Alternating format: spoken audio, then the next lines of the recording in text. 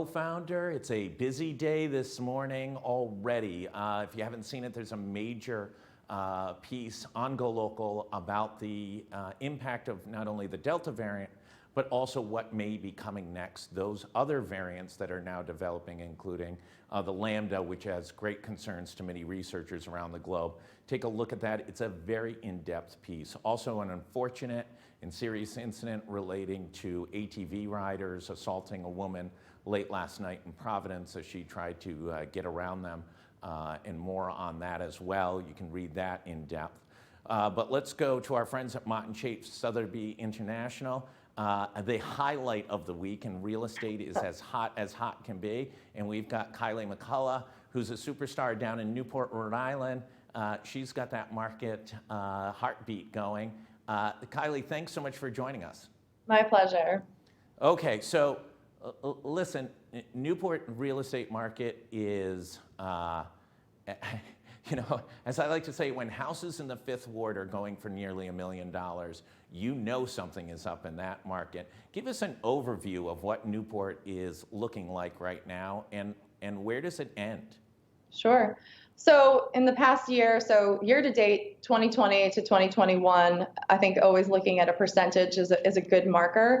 We've doubled our volume almost. Last year at this time, Newport County volume closed sales was around 470 million.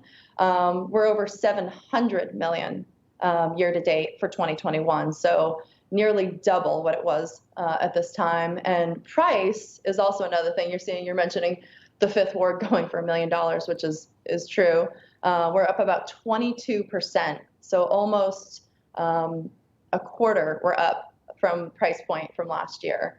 So we're having sales that happened in 2020. Our sellers are wanting to sell again to make a profit. Kylie, you have the unusual perspective of having worked on the West Coast in a red-hot real estate market out there. And in fact, you were on the Bravo show, Real Estate Wars, and was a major player. Everybody loves a good Bravo reality show, so and count me in as well. Talk about the juxtaposition between that crazy market and this new crazy market.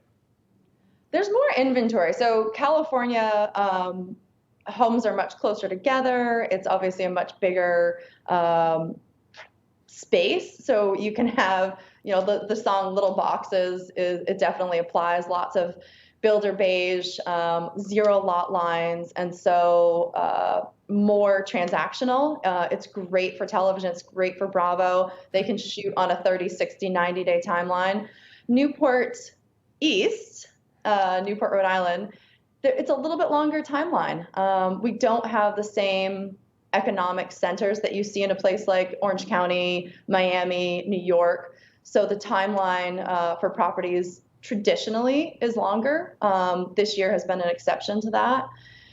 But it's more historic homes. So you're looking for somebody who isn't necessarily wanting the latest and greatest technology, cutting edge, brand new construction. They appreciate the charm of a historic property and the stewardship that is involved with the care and maintenance and restoration for more of a project. Yeah, I mean, other than on Bellevue Avenue, there's not a walk-in closet to be found in much of Newport. No. Bravo they love a good closet tour and asked me to do a closet tour of my house, which was built in the 1700s. And my closet comes up to about here. So it's walk-in if you're under 4'10", but it's more crouch-in in this market. So the closet space definitely is at a premium in Newport. Talk a little bit about, you know, much has been said about the influence and the transformation of the out-of-state buyer. We've been probably reporting on it for 6 or 9 months about what that influence is. New York, Connecticut, the Boston metro area, and other places in which, you know, a house in the Fifth Ward for $900,000, which is insane for us in Rhode Island, is chump change for folks who live in some of those communities. It is. I mean, Newport's always been a second home community. It was even in the Gilded Age in the late 1800s. It was the summer playground. Financiers and captains of industry from Pennsylvania and New York, these were their summer homes. And that tradition has continued through generations. We'll see our clients go back to New York, go back to Philadelphia, go back to Palm Beach is a big one. This year, the number one feeder market for us has been Boston. And a big part of that I contribute to technology and biotech. So we've seen a lot of executives from Moderna with the vaccine. So Moderna's been a big one. Wayfair. So we've seen new billionaires start to come up on the Forbes list based in Boston. And Newport is an easy hour and 20 to get to. They can bus back up to their offices in the city. We're also seeing an influx from Nantucket. They're being in these communities that are isolated physically, where you can only access by plane or by boat. A lot of concern was held because the hospital was small on Nantucket, and they want to be able to get to great medical care. I think that's also going to continue. We're 3 hours by train to New York City. We're just, like I said, over an hour to Boston. So being close to good medical care has become a priority for buyers looking at second homes. Kylie, talk a little bit about where you think this market goes. I mean, interest rates are low. The Fed has not indicated in any time in the near future, in the next couple of maybe even 3 or 4 quarters, of a significant interest rate increase. The market is tight. There's still a lot of demand. How high can you go in this market? It all depends on demand, and we don't have the inventory. We're seeing a little bit of a slowdown in certain sectors of the market just because we don't have the properties to sell. So there's a pent-up demand with a lack of inventory. And one of the big questions for sellers, because we'll talk to a seller, I approached one of my clients who purchased a property at 2.1 million 2 years ago. I said, right now I could sell that for over 4 million. What do you think? They said, I would love to, but where do we go? What else do we buy? And that has been a barrier to having this property ladder continue. So I don't see it slowing. We're just looking for more inventory. And one of the creative things to do, this is a question I get asked, is, how do we be competitive with some of these out-of-state cash buyers? The advice I would give is if you're renting and you're able to continue to rent, allow the homeowner to stay in their home and rent back for several months. That will give them the opportunity to be able to look for a property and give them the flexibility. Sometimes investors that I have are doing a 1031 exchange, which is a tax deference option, and they're happy to have sellers stay in their home and rent back for a year. So that's a great option. If you're trying to get a property and you're competing with cash, doing an escalator clause. So when you make an offer, you're not cash, waive your appraisal, but also include a rider, have your broker include a rider that says, so you're not going to overpay. Let's say you want to pay the property $700.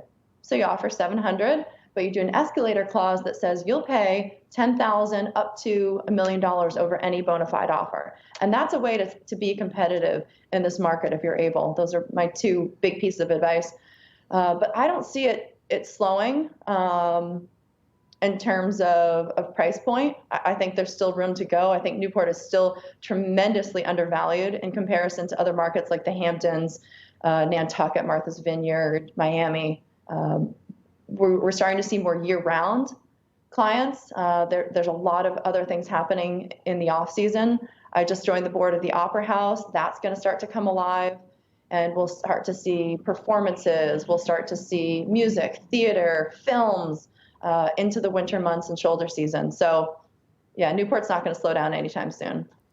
Talk about, listen, everybody's been waiting for the Broadway area to sort of have a huge renaissance.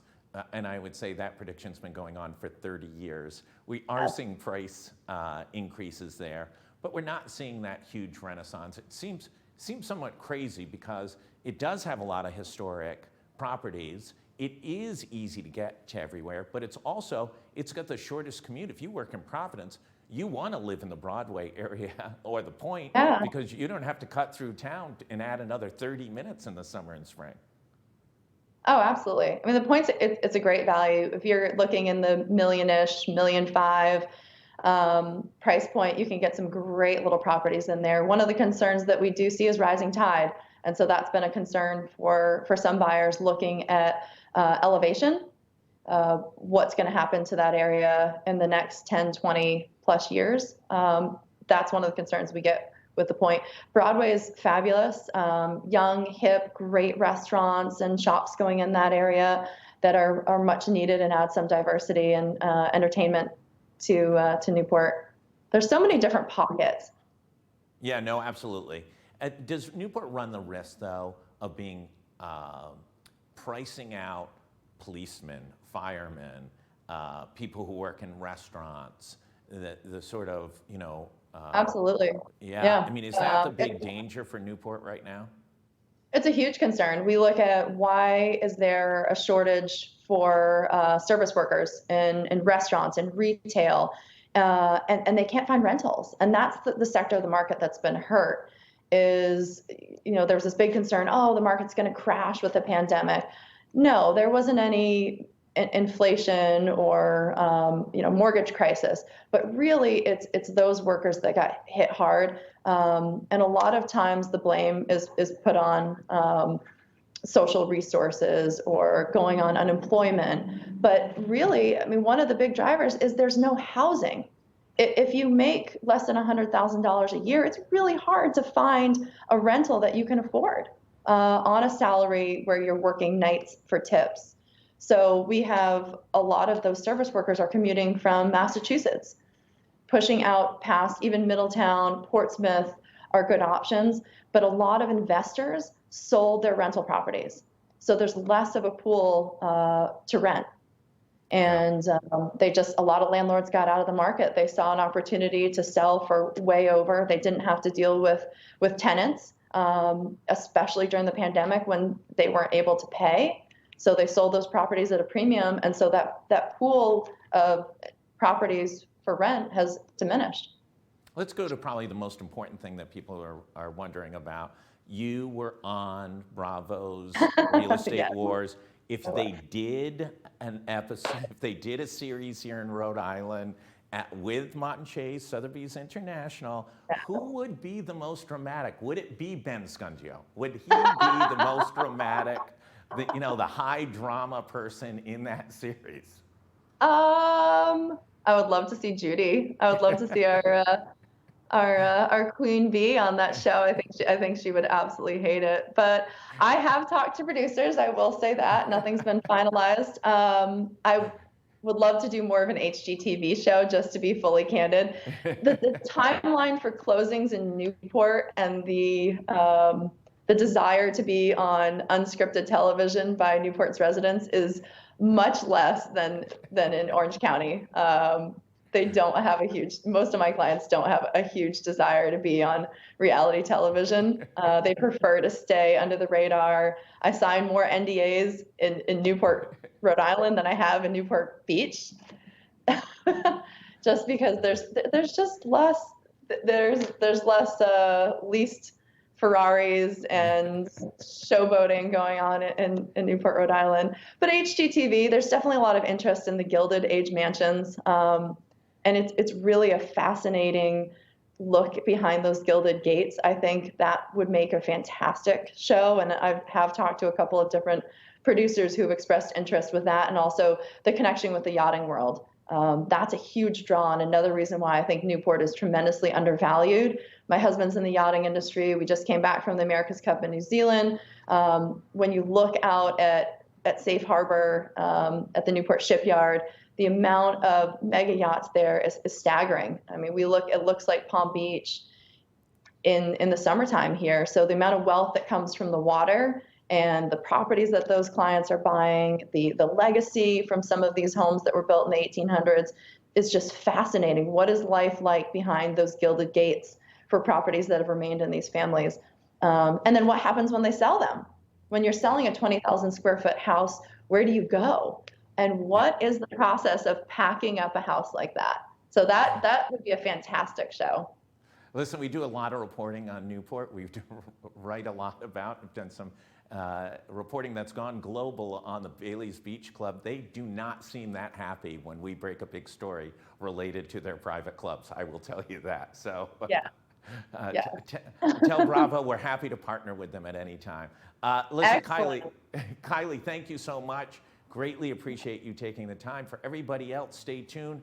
Listen, if you Thanks, haven't Colin. gotten vaccinated, you're out of excuses. It's time to get vaccinated. It's for you, it's for your loved ones, it's for everybody you know, and it's really time. States numbers are surging, one of the highest in the countries once again. So be safe, get vaccinated. It's the only way to protect yourself. Thanks, everyone.